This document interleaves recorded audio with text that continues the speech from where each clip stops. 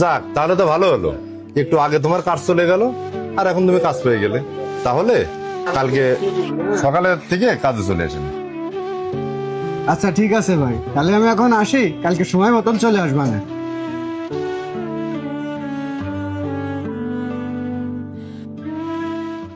কি হলো আমার সাথে? আমি তো কিছুই বুঝলাম না।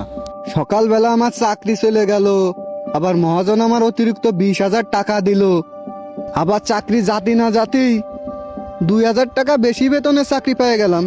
যাক, সবকিছুর জন্যই আলহামদুলিল্লাহ। যাক, ভালো হয়েছে, টাকাগুলো দিয়ে আমার টুকটাক দিনাগুলো শোধ করতে পারবানে। আর বাড়ি যাওয়ার সময় এক বস্তা চাল কিনে নিয়ে যাই। ভাই, আমার একটা কথা ছিল। হ্যাঁ বল। আমার জানা মতে আপনার দোকানে যে ছেলেটা ছিল তো খুবই ভালো ছিল, তো ওরে বের করে দিলেন, কি ব্যাপার? শোন, এসব করার পিছনে একটা কারণ আছে। আমি বাজার থেকে বাড়ি যাচ্ছিলাম, যাওয়ার পথে আমি দেখলাম যে মানে সংসার তো আর চলতেছে না।